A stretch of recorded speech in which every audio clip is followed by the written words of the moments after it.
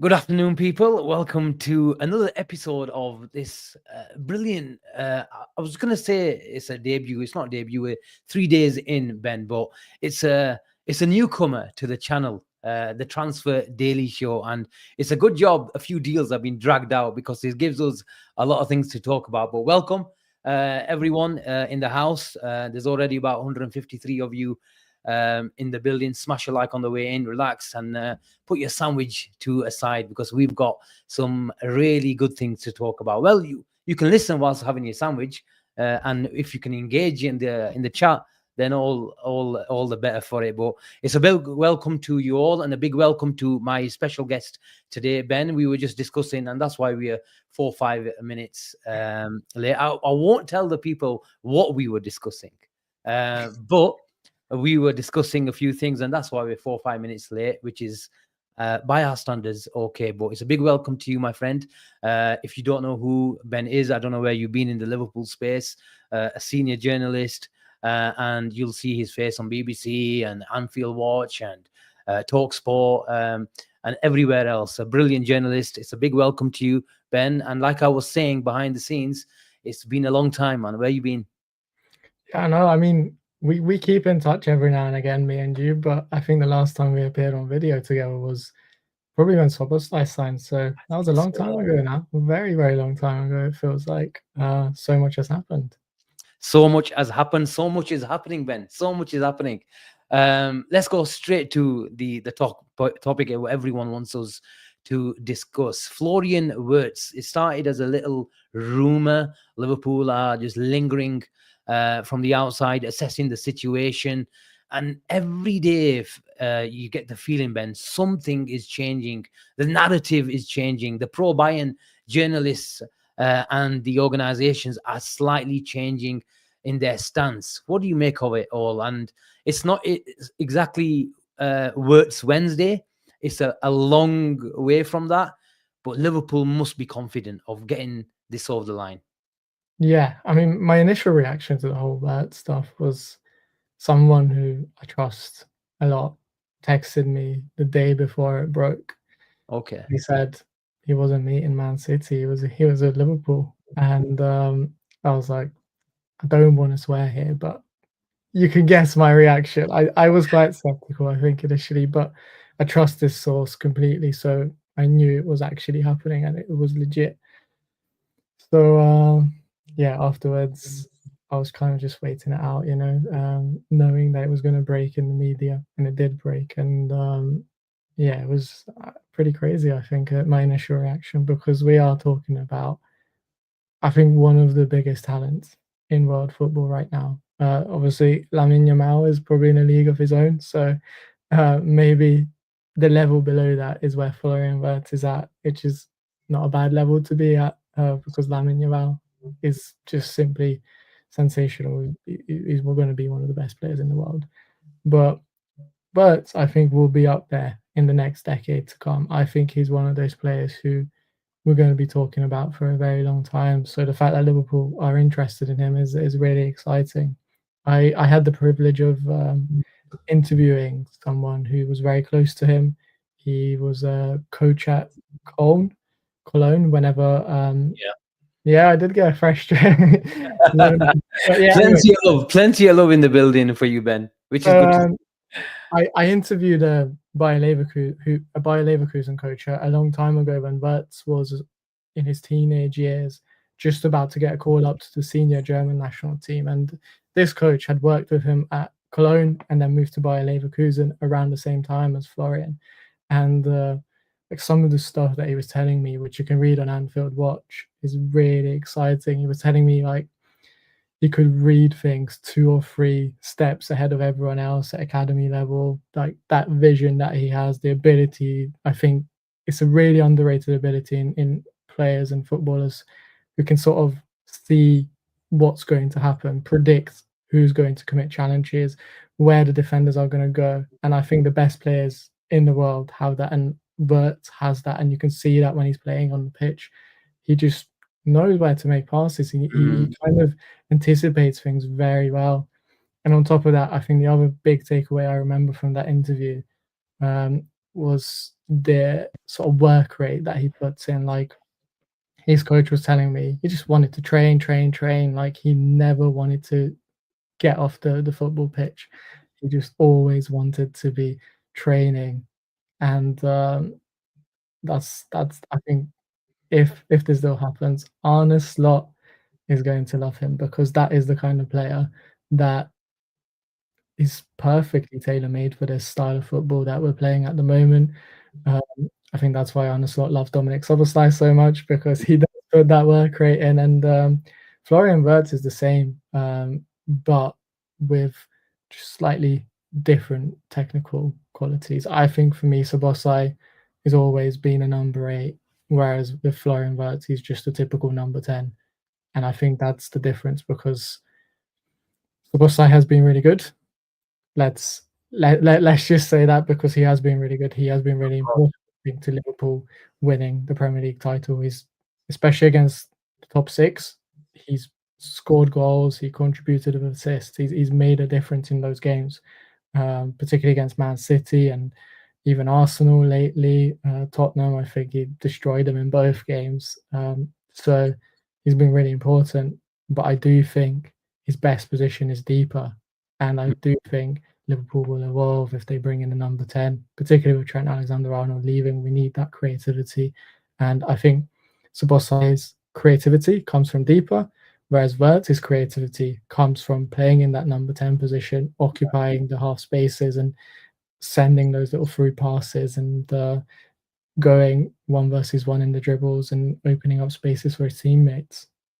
I want to ask you, Ben, regarding Wirtz. There's a lot of theories flying around why there's been a bit of a lull over the last 2-3 days. Is the player just taking a bit of time with the family just to think it all through? Is it a bit of chess going on, a bit of poker going on between the two clubs? Maybe on behalf of Leverkusen as well, because although they want the player to go to a team abroad, whether it was City or Liverpool, they don't want to strengthen a certain rival, a title rival in Bayern Munich, but they also want to drive up the price. So there is a bit of that as well. But how do you see it? Because there has been a change in the narrative, the propaganda from Bayern Munich journalists and maybe the fan base as well as a club.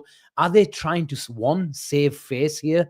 I don't know if you read a long theory. It was from a Bayern fan.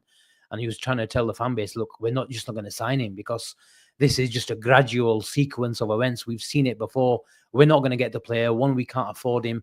And day by day, is that the reason why we're seeing the tone changing, the use of language changing? Today, like a week ago, it was Liverpool, Bayern Munich are relaxed.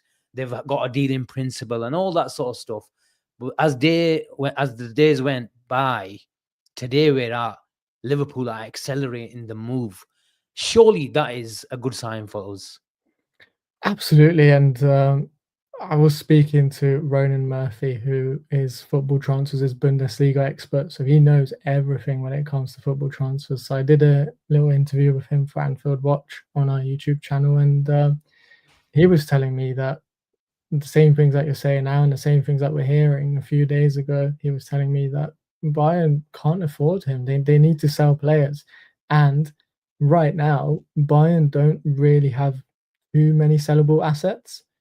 Whereas with Liverpool, the opposite is the case. There are a lot of sellable assets here at Liverpool. Even Harvey Elliott, I think, would, considering as an England under-21 international, I think he's averaged 0.88 goal contributions per 90 minutes. So when he has played for Liverpool this season, he has made an impact. He got a goal and an assist against Brighton on Monday night. And that's just one example. We could probably fetch 40 million in this market right now. And there are plenty of Harvey Elliott's in this team as well. So right now, Liverpool are in a great position when it comes to PSR. We haven't spent any money. I know there's a lot of theories about this Moises Caicedo stuff. Was the money there? We've seen it before. I believe it was there. If you don't have the money, why bid for him? I think Liverpool wanted to agree a deal and get the deal done. I don't believe in the propaganda that says otherwise, because I just think what good does that do Liverpool? It just makes them look bad that they couldn't get a deal over the line, and they swooped in too late for Caicedo. So I don't think that did the FSG or the Liverpool board any favors. I do believe the money was there, and I think the money was there for a moment like this when you have one of the best players available. Caicedo, let's be honest, unfortunately, he is a really good player, and unfortunately, he did end up at Chelsea. And I think he could have been even better if he ended up at Liverpool, but that's another matter. Who cares now? He's a Chelsea player, so that's it. However, with Florian Wirtz, I do think there is a genuine chance that Liverpool are prepared to spend that money and are prepared to go big, because like I started this video, I think he's going to be up there in the next decade to come as one of the best players. In your opinion, Ben, do you think all three options are still open? Because I can't see him, personally speaking, and this is just purely based on opinion. I just can't see him staying at Leverkusen. Apparently, there's been an offer for him on the table that he hasn't accepted. Since December. His manager in Xabi Alonso has just left. There's a couple of players that will be leaving, and as we know in football, his best friend at Bayer Leverkusen, he's coming to Liverpool. There you go. He needs a friend to go with him on the plane. So why not his best friend? In terms of Leverkusen, there's no guarantees in football, Ben. And look, although Liverpool will have done their due diligence and all their research in terms of injuries, but he has had some injury problems. Obviously, we hope nothing continues going forward. He's still very, very young. But, God forbid something happens next season at Leverkusen, that big move all of a sudden, you spend your best parts of your years at Bayer Leverkusen, who probably will take 2-3 years just to get back, in challenging Bayern Munich. And before you know it, you're stuck at the club, and that big move never comes. I think it's important to note as well, it's not just about that, but it's a World Cup year. And obviously, he will want to be competing at the highest level with Bayer Leverkusen. There's a lot of uncertainty. Obviously, Jonathan Tah is heading to Bayern Munich, most likely. Frimpong is heading to Liverpool. So there is a lot of uncertainty about how Bayer Leverkusen are going to remain competitive. Obviously, Xabi Alonso is gone. At the same time, Bayer Leverkusen have already brought in a number 10 to kind of replace that from the Zweite Bundesliga. Yeah. So I think they are already preparing for the future, and I think there's going to be a bit of a transition period for them, and that's why I think they're willing to let go. And I think if I was Florian Wirtz, I'd be looking to move as well. And at the stage, I think the question for him is, do you wait it out for Bayern Munich, who might be able to afford you later on in the window? Or do you go to Liverpool now, who can afford you right now, who very much want to sign you, where you will be a star player, where you can play with who I believe is the best player in the world in Mohamed Salah, and continue to compete for the Premier League title and the Champions League and the highest honours. I think with Bayern Munich, there is a project there, but I don't think it's at the stage that Liverpool is at the moment. So, yeah, it's going to be an interesting one. Obviously, for a German player to leave the Bundesliga is a difficult decision, and I think that's why he's going to take his time. He's going to think about everything really carefully. But at the same time, like, that's really what you want from a player. You want a player who doesn't just decide on a whim, but really thinks it through. And if he decides that it's not Liverpool, then that's it. Who cares? We move on. We are Liverpool. There's going to be other options out there in the market. But if he decides that he does want to come to Liverpool, I mean, oh my, that's going to be an exciting prospect.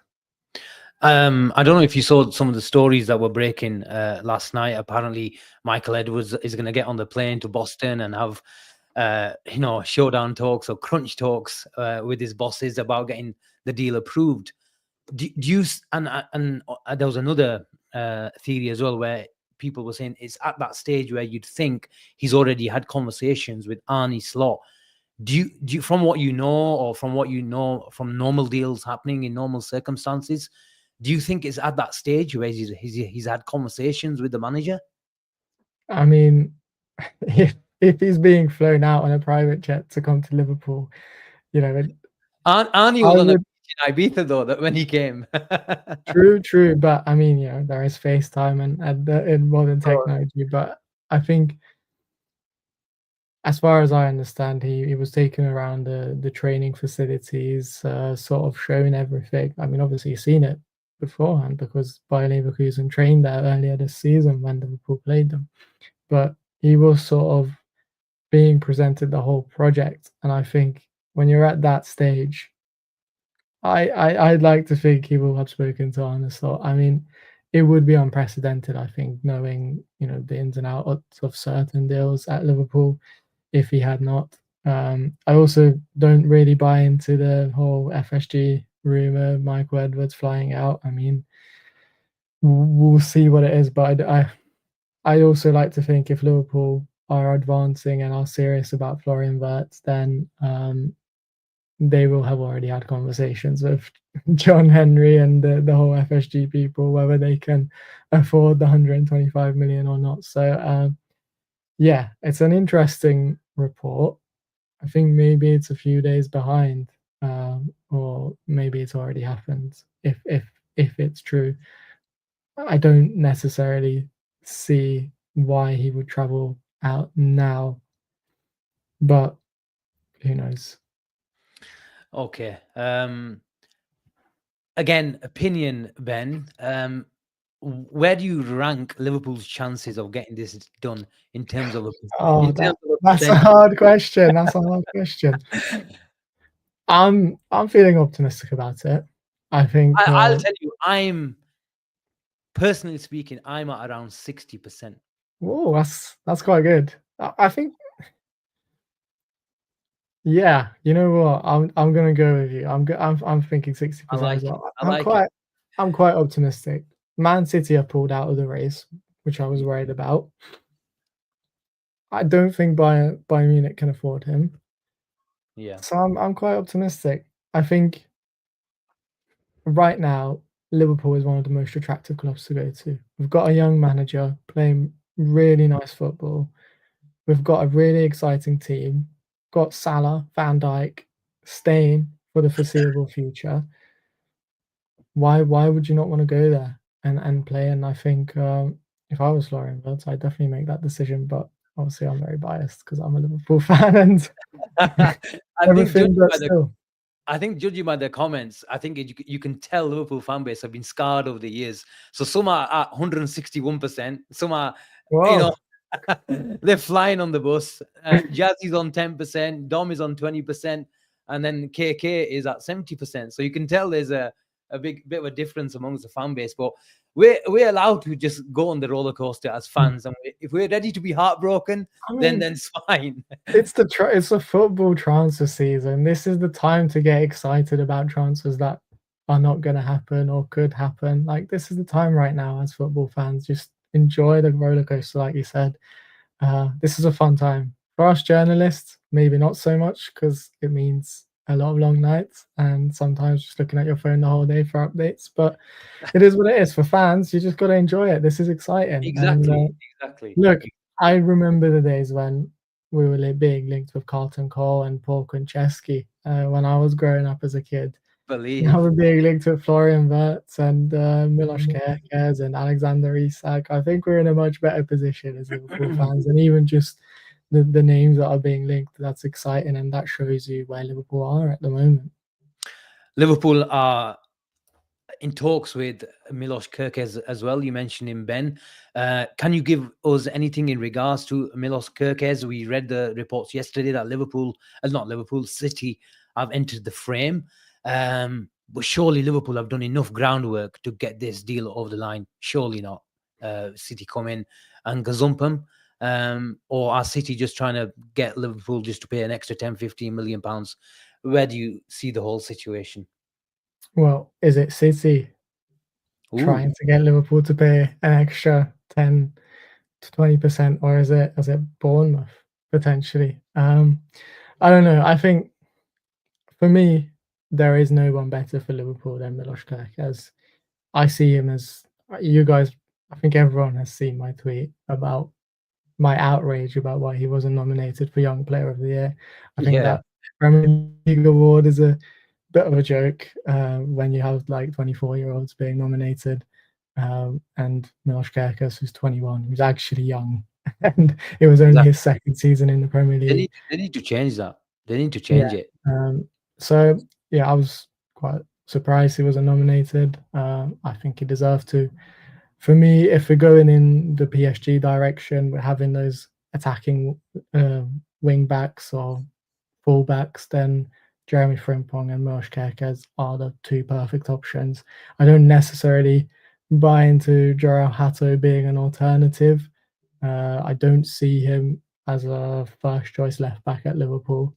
If he does come in, I see him as more of a backup option, like a Joe Gomez type, who can cover in the centre back department and in the left back department. So if Liverpool want a first choice left back, which I think we need at this stage, with all respect to Andy Robertson and what he's done, then Milos Kerkez is your only option and your best option.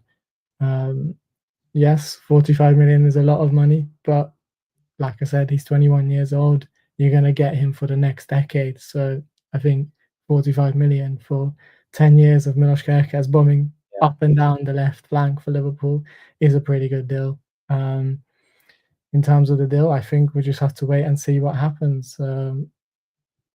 Things are, I think, positive still, regardless of Manchester City's interest. But with the transfer window, things can always change very quickly. I mean, we've seen Nabil Fekir do a whole Liverpool interview with the media team and then fall through. And I think Ian Air went to Ukraine to try and sign Konoplyanka, and that never happened either. So, as Liverpool fans, we know until it's actually confirmed Mm. on the official website, you just never know. But from what I know, what I've heard, I think still positive.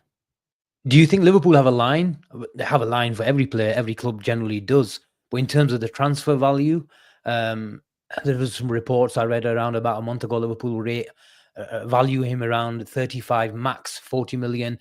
Maybe Bournemouth are looking sort of an extra 5-10 million pounds. And Liverpool have had a history, even when they bought. We were discussing it a couple of days ago when they bought Robertson. I think they were looking for the Norwich left back, Jamal Lewis, I think he was called at the time, and they ended up going spending 11 million on Robertson from Hull. But they have had a bit of a history of walking away from deals if they don't see the value for that player. Can you see them walking away? Not at this stage. I can't see it at this stage.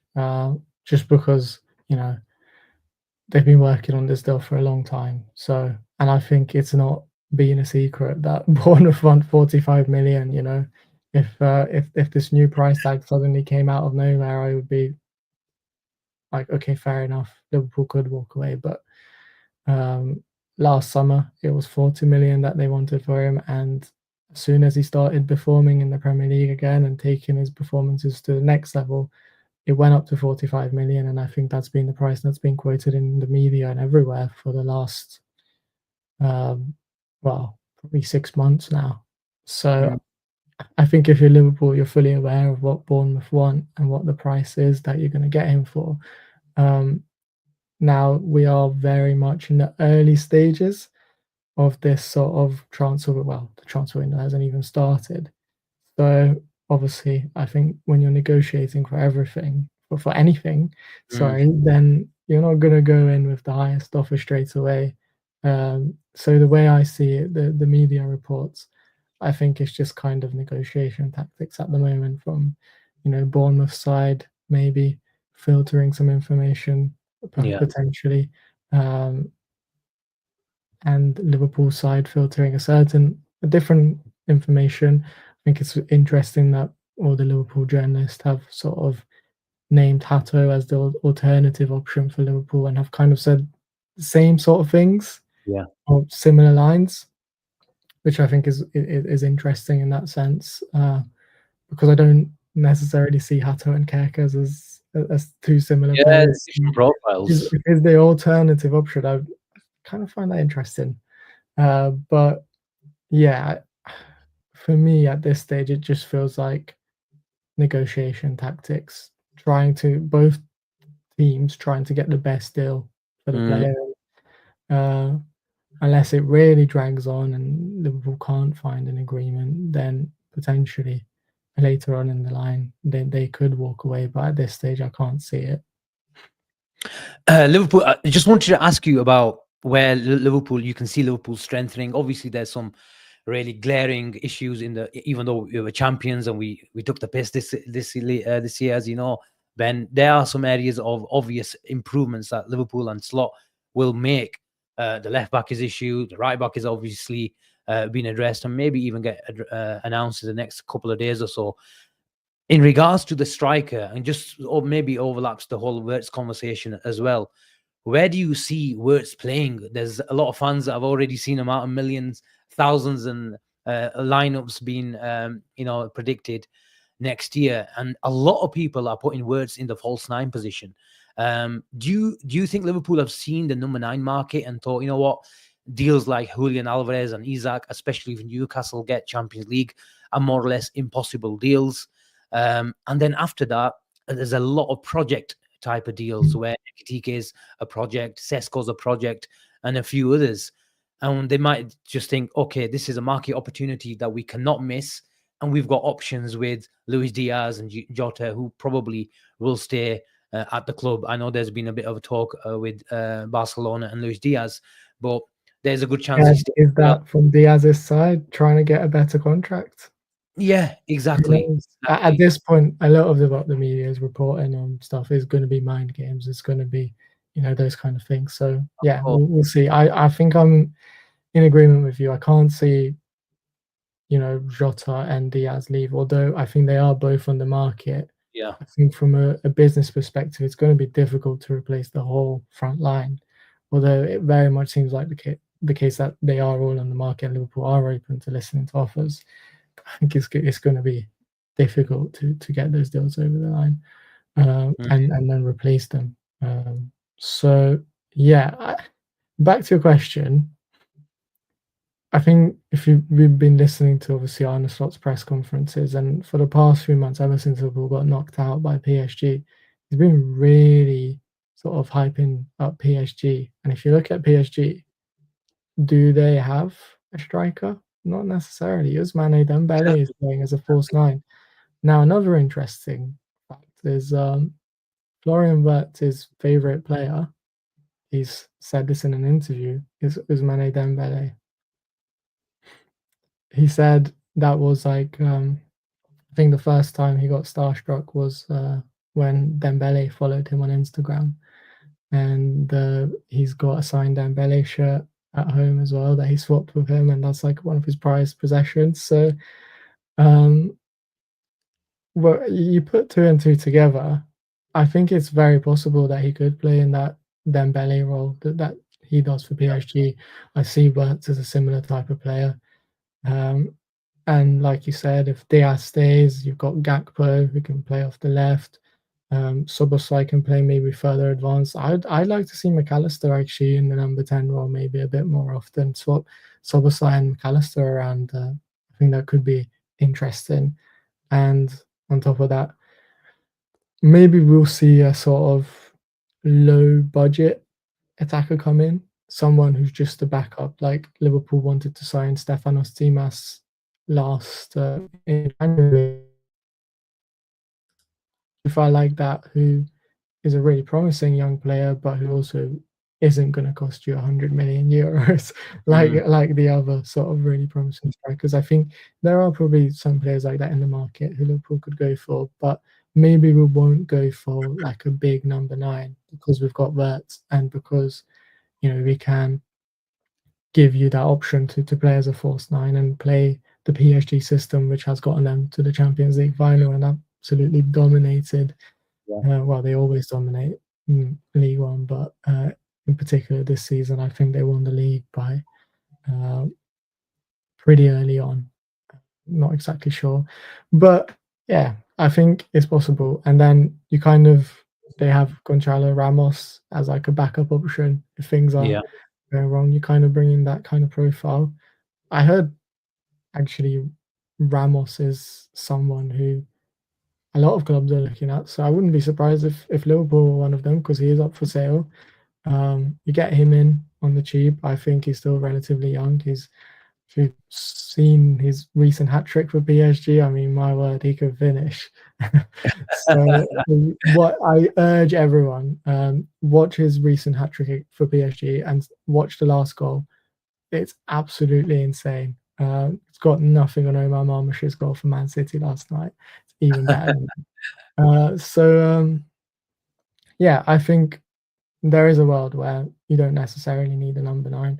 But maybe if you're bringing in Kerkez and Frimpong, I could see Liverpool going for an Adam Wharton profile. Just again, looking at the PSG system, you often see the holding midfielder dropping back and Yeah. Nuno Mendes and Hakimi bombing forward. So if that's the direction Liverpool are heading towards, then I could very much see Liverpool going for Wharton. And I think it's interesting that last summer, what Wharton was quoted at 100 million. Yeah. Recently, I've seen reports where he was around 60, and let's not forget, Crystal Palace were pretty keen on Bence during the January window. Yeah. So I think there's a deal there to be done. I think that's one to keep an eye on. That's just my personal opinion. It No makes sense. inside info there, but I think it would make sense for Liverpool, like you said. And it makes sense to start those talks with Adam Wharton this weekend because they're coming up to Liverpool anyway, aren't they, Ben? So it's What perfect. I mean, unfortunately, I don't think he's going to be involved, isn't he? Because he's got he yes, got he went injured off. in the League Cup, but it's a shame because that would have been a good pitch, being on the Anfield turf, watching Liverpool lift the league title. I mean, that would have been really good. But I'm It's all sure right. he'll be watching. He can sit next to his agent in the room. Then it's all right. Oh yeah, perfect. Yeah, yeah. There has been another report whilst we're on air. The kicker have reported this company spoke to Is it Wirtz. positive or? Positive. It's all positive. Oh, perfect. So you're It's all getting me worried. positive. I was starting like, oh no. Oh, we've Um, spoken about Wirtz for the last half an hour, and now kicker is about to absolutely kill. So they reported company spoke to Wirtz in detail about his project, but it's unclear if company was able to convince the German superstar. I think mean, Liverpool project is a lot better project. The Premier League is a better league. You Arne mentioned, Slot is a better manager. Can we just say that as well? of I course. mean, if you look at his track record, what he's done at AZ Alkmaar, Feyenoord, winning titles pretty much every single season. Company's track record before Bayern Munich was Burnley. I know he's a great player, like fantastic player for Man City, but as a manager, he's kind of unproven at this stage. Anyone can, I think, can win the league with Bayern Munich. So I just don't. I agree. I don't.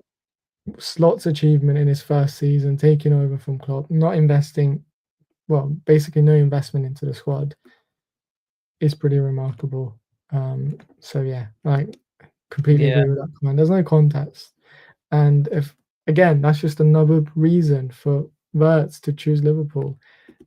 I think another factor is if he goes to Bayern Munich, and they got Michael Elise, they got Jamal Musiala. Like, where does he kind of fit into that system? Like, is Musiala going to play left? Because he also kind of likes to come into the middle, similar to Wirtz. You got Olise on the right. I just don't. I think if you're thinking about, you want to be a starter at the World Cup for Germany, then surely you go to Liverpool, where you're almost guaranteed to start. I know Mohamed Salah's there, but over the course of the next 3, 4, 5 years, you'll be the main man. It'll be interesting to see. I think Wirtz probably, when you've got a left back like Kerkez, a left back like Davies, I think you can, on paper, start on the left and then maybe come inside in your natural half spaces, and then you've got the bombing left back. But they Kerkez got Musiala to do that. I don't understand why. Like, yeah. Musiala probably will start in the natural number 10 position, maybe. So they play with 2 10s behind the striker, and then Elise is, holding weight on the left hand side. But we'll be discussing this for the next week or so. It looks like it's going to drag on for a best part of a week at least until we get some decision on maybe Wirtz's side and Bayern Munich side as well. I want to ask you before you go, because I've kept you for too long already. Ibu, there's some reports this morning that Liverpool have started talks with him. There'll be Real Madrid sniffing around, PSG sniffing around. Are we going to get another Trent type of situation, Ben? How do you see it unfolding? I think if by mid-July he hasn't extended, I think you've got to try and sell him. As much as I love him, I think you've got to extend him. First of all, just to say, I would extend his contract because there's already so much going on at Liverpool right now. You got to extend his deal. So I would prioritize that if I was Richard Hughes. However, if you can't come to an agreement with him, then I think you've got to consider selling him, because I don't want to lose him on a free to Real Madrid or to PSG next summer. And I genuinely don't see anyone who could replace Konate right now on the market. Obviously, Dean Huijsen maybe is one of those players, but he's gone to Real Madrid, which is why I don't understand why they still want Konate, but that's another story. But if I was Liverpool, absolutely. I think right now, Konate is one of the best players in the Premier League. Best centre-backs. You have to extend his deal. He's still relatively young. I think he's overcome his injury problems. And yeah, for me, that should, hopefully after we get the Wirtz deal over the line, then that should be priority number one for Richard Hughes. Make sure that's done before everyone comes back for pre-season. 100%. Ben, thank you very much. It's been a pleasure. I promise you we're not going to have a 2-year gap now between your first and your second show, but most welcome back, and I'm sure we'll stay in touch over WhatsApp as well over the course of the summer, because it's going to be exciting. Hopefully we can celebrate some, new deals. Maybe another Hungarian coming to Liverpool. Who knows? So hopefully, who knows? Then we'll see. Who knows? Thank you very much, Ben. Head over to his. Are you just on Twitter or across? Yeah, just on Twitter at the moment. Okay, brilliant. If our admin can just pin Ben's handle in the chat, so people watching the show later on can find Ben on Twitter and stay in touch with all his impressive work that he does. So thank you very much to you all for tuning in at 1 o'clock. We're back maybe tonight for a few more bombers. There'll be an update, I'm sure, this evening, and it'll be a brilliant show as ever. And we're back tomorrow with the daily transfer show as well. Big up, Ben, and big up to you all for tuning in today. We catch you in the next one. Take care, and ta-ra for now. Bye-bye.